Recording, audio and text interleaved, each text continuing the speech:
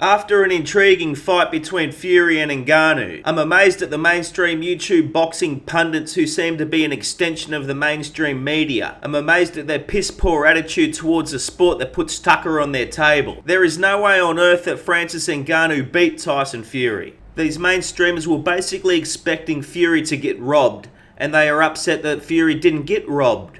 There seems to be this odd agenda against Tyson Fury from these mainstream boxing pundits in the Northern Hemisphere. Or is it sympathy for Usyk because Usyk is the Ukrainian golden boy? There is not much wrong any Ukrainian could do these days, whilst Uncle Russia is sorting its differences out with the American and NATO-backed Ukrainians. Fury being the odd un-American boy is damned if he does and damned if he doesn't. The world just expected Fury to roll over and throw money at Usyk at the negotiation table because everybody feels sorry for a Ukrainian. Now these mainstream boxing pundits want to spoil the undisputed fight with Usyk. The mainstream boxing pundits are hanging a big shit on boxing generally. I mean, what proper boxing commentator would be talking down an undisputed fight? The mainstream boxing pundits are talking down the undisputed fight between Fury and Usyk by pretending Francis Ngannou did better than what he actually did. And seriously, we all know boxing judges are corrupt, don't get me started. Why would you pretend Francis Ngannou won and taint the undisputed fight which is worth bucket loads to boxing if there is not an agenda at play? The mainstream of boxing pundits are upset that Fury got selfish with Usyk and didn't donate any more to Usyk in negotiations other than what Usyk was worth. The mainstreamers are jealous that Fury is robbing the bank right in front of our eyes. It's a capitalist world. I say good on Tyson Fury for being in a position where he can maximise his full value. We all would do the exact same thing if we were in Tyson Fury's position.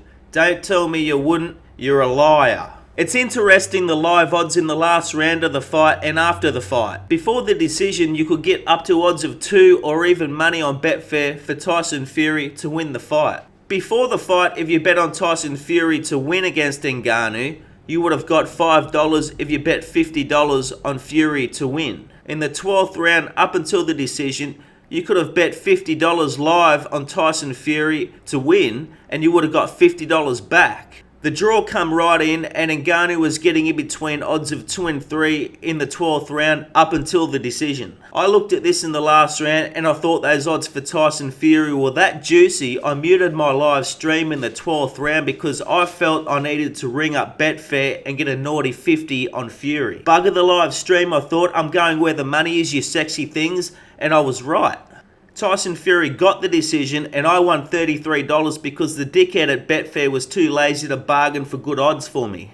This is an example of a situation where a professional gambler can pounce. You have a load of sympathetic money coming in for Ngannou because lots of dickheads who are watching these mainstream boxing pundits live streams were going onto Betfair. The dickheads were betting on Ngannou because the people apparently in the know were telling the dickheads Ngannou was winning the fight when he was not winning the fight. To me, this is an example of a value bet. I haven't seen those sorts of odds for Fury since before Wilder Fury 2, so I took advantage. The fight itself was intriguing from a neutral perspective, and I said before the fight Ngannou might provide a tougher challenge for Tyson Fury than Chisora or Dillian White. Ngannou with his power provided Fury with a stern warm-up before the undisputed fight with Usyk. Ngannou did perform better than White or Chisora against Fury in my view. Ngannou's power is devastating. You could see Fury's eyes light up like a poker machine on feature anytime Ngannou exchanged with Fury. All Ngannou had to do was touch Tyson Fury and you could see alarm bells ringing, but Tyson Fury adapted and brought out his herky-jerky feints and moved like a middleweight on his bike. I said live it's good to see at 280 pounds at this stage in Tyson Fury's career, he still has that movement everybody thought he had lost. Ngannou will gas after 1 minute of each round in the middle section of the fight and Fury dominated most of the rounds most of the time. Ngannou got a second wind in the last few rounds as expected from a supreme athlete. But winning one round during the first and last few rounds is just not enough to take a victory over the lineal heavyweight boxing world champion. You got to do more than that to take a victory over the man. If Ngannou was a lifelong pro boxer, he would have become a champion. Hats off for the performance, but he just didn't win against Tyson Fury. No doubt Francis Ngannou would beat various top 10 boxers. Francis Ngannou, based on that performance, should be ranked in the top 15. Ngannou is officially the hardest hitting athlete alive. As the lineal boxing heavyweight world champion, Fury accepts he plays with fire every time he punches on. When you play with fire, you get burned.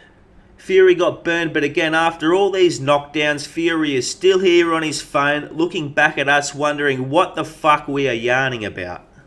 This is the toughest fight Fury has had in a few fights.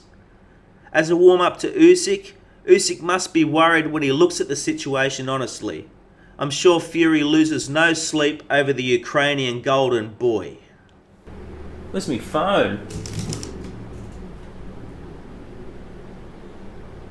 There's no way he's going to lose a fight. Get a bet on, man.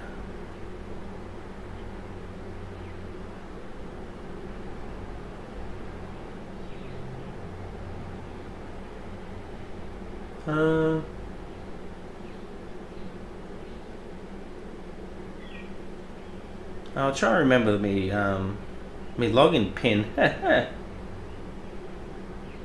I gotta get some of this.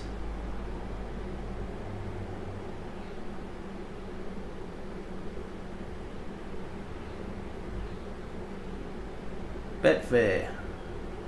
Right. I'm gonna get some of that. Thank you for calling Betfair. Please note all calls to and from Betfair are recorded for coaching and training purposes.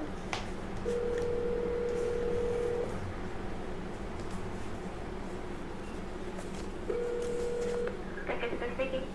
Yeah, I want to place a bet on Tyson Fury. Yeah, do you know your telephone account number that starts with your initials?